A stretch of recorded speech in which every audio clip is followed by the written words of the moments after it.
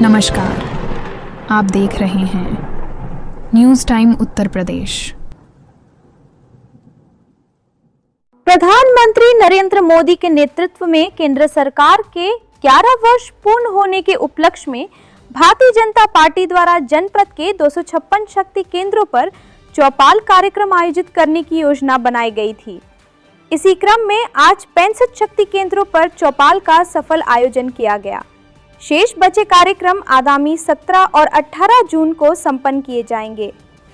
कार्यक्रम का उद्देश्य केंद्र सरकार की नीतियों, जन कल्याणकारी योजनाओं और 11 वर्षों की उपलब्धियों को जनता के बीच लेकर जाना है। चौपाल के माध्यम से कार्यकर्ताओं ने आम जनता से सीधा संवाद स्थापित कर मोदी सरकार की उपलब्धियों को साझा किया। शक्ति केंद्र कंदिया ग्राम सभा जोल्हापुर में आयोजित कार्यक्रम में जिला मीडिया प्रभारी गोवर्धन राय मुख्य वक्ता के रूप में उपस्थित रहे। उन्होंने अपने संबोधन में कहा कि मोदी सरकार ने 11 वर्षों में भारत को विकास, सुशासन और सुरक्षा की दिशा में नई ऊंचाइयों तक पहुंचाया है।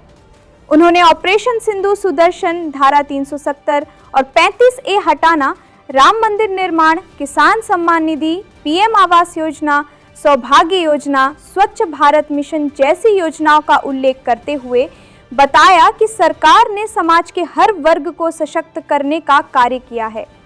भदोही ग्रामीण नगर, औराई, गोपीगंज, महाराजगंज, पाली, सेमराजनाथ, अभोली समेत अन्य शक्ति केंद्रों पर भी जनसंपर्क कार्यक्रमों का आयोजन सफलतापूर्वक संपन्न हुआ। इन कार्यक्रमों में पार्टी के जिला संयोजक अखिलेंद्र सिंह बघेल चिंटू प्रमुख भूमिका में रहे। चौपाल में उपस्थित वक्ताओं ने केंद्र सरकार के कार्यों की रिपोर्ट जनता के समक्ष रखी, जिससे लोगों को सरकार की योजनाओं की सही जानकारी मिल सके। कार्यक्रम में शामिल प्रमुख नेताओं में निहाल सरोज, मंडल महामंत्री, पंडित सिंह, श्याम बिहारी पटेल, राकेश गुप्ता, अशोक काठक, राज यादव, प्रियंका जायसवाल, दीपम तिवारी, दीपक तिवारी, शिवलाल मौर्य, अश्विनी कुमार जायसवाल, शैलेश पांडे, ओम प्रकाश मौर्य समेत दर्जनों कार्यकर्ता शामिल रहे। कार्यकर्ताओं ने कहा कि मोदी सरकार के 11 वर्षों की ये यात्रा गरीबों, किसानों, महिलाओं और युवाओं को समर्पित रही है और अब विकसित भारत की दिशा में नए संकल्पों के साथ आगे बढ़ा जा रहा है। विकसित भारत अमृतकाल, सेवा, सुशासन, गरीब कल्याण की 11 साल हमारे देश के यशस्वी प्रधानमंत्री नरेंद्र मोदी जी की सरकार सेवा, सुशासन कार्य को गति देते हुए आज अपनी रिपोर्ट कार्ड लेकर आपके बीच में आई है।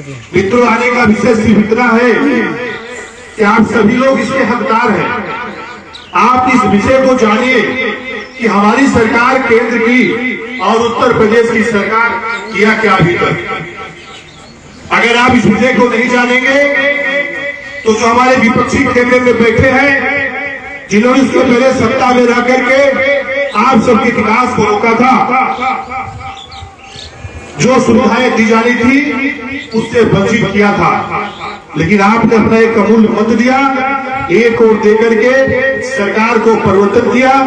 2014 में केंद्र में भारतीय जनता पार्टी की सरकार नरेंद्र मोदी के नेतृत्व में बनाने का काम किया।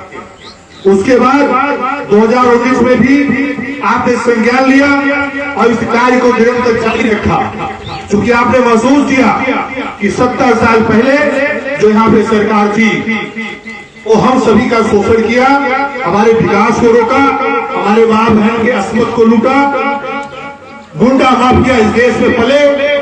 तो आपने दोबारा संज्ञान लिया और लेने के बाद 2019 में फिर से केंद्र में सरकार बनाने का काम किया। विषय यही नहीं रुकता मित्रों, क्योंकि आप सबकी मेहनत और परिश्रम एक बार फिर अपनाई, क्योंकि विकास की गति लगातार आपके बीच में हमारी सरकार चलाने का काम किया था। और 2024 के चुनाव में फिर से लोकसभा में हमारी केंद्र की सरकार दिल्ली में बैठाने का काम आप सभी ने किया। लेकिन स्थिति है कि आज उसी सब रिपोर्ट कार्ड को लेकर के हम आपके बीच में आए और आप सबको जानना यह विषय बहुत जरूरी है। आपने भी देखा पाकिस्तान जिस तरह से आतंकवाद फैला करके देश में हमारी मां बहन बेटियों के अस्मत को लूटने का काम किया, भारत को दहशत में फैलाने का काम किया।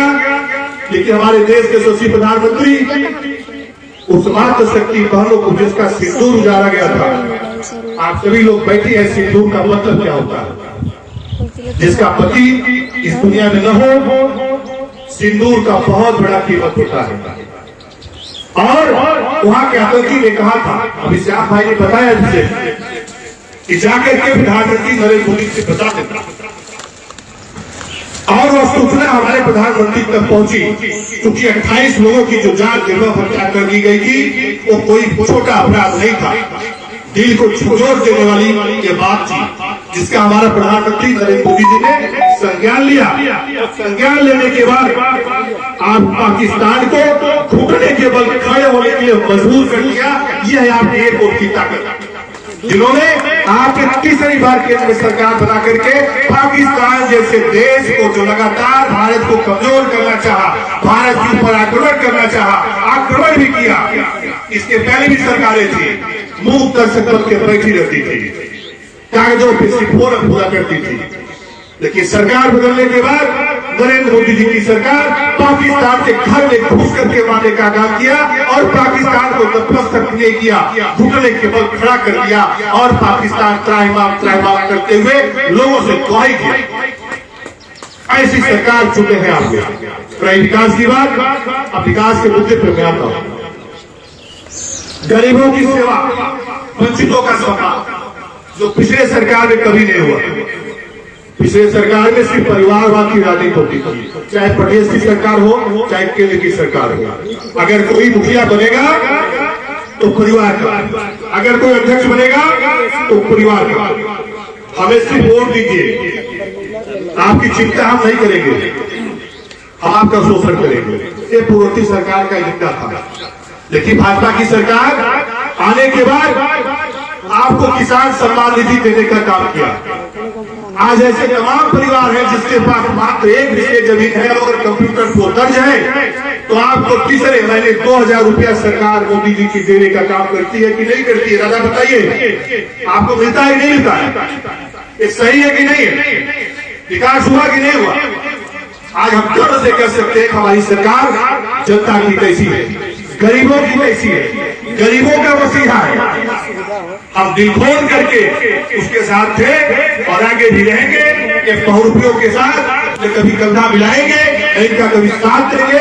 इन्हें सत्ता से नहीं, इन्हें सत्ता से विधर्म करके, इनको सत्ता से कमजोर करके, इन्हें बाहर का रास्ता दिखाया हो और आगे भी दिखाने का काम करो।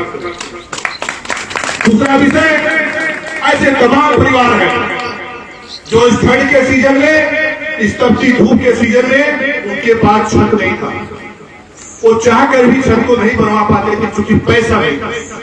लेकिन हमारी सरकार संज्ञान लेने के बाद, सरकार में आने के बाद आपकी चिंता की, गरीब वंचितों की चिंता की, अंत्योदय के पद पे चलते हुए सरकार अंतिम व्यक्ति की चिंता किया, और ऐसे व्यक्ति जो पात्र छूट गए थे, ये सरकार जिसका शोषण किया था पूर्ववर्ती सरकार, उस व्यक्ति को छत देने का काम किया, उसको घर बनवाने का काम किया, उसका आवास बनवाने का काम किया। वहां किसी बीच बिचौलिया का काम नहीं था, कहीं दलाली उतारी देने का काम नहीं था। सब चीज ऑनलाइन फोरम पे मौजूद है। माना जी कहीं न कहीं कुछ अधिकारियों के द्वारा कहीं भूल चूक हुआ होगा, अगर वो संज्ञान में आया होगा सरकार के या प्रशासन के, तो उसको जेल जाने का भी रास्ता हमारी सरकार और प्रशासन आयोग दिखाने का काम किया।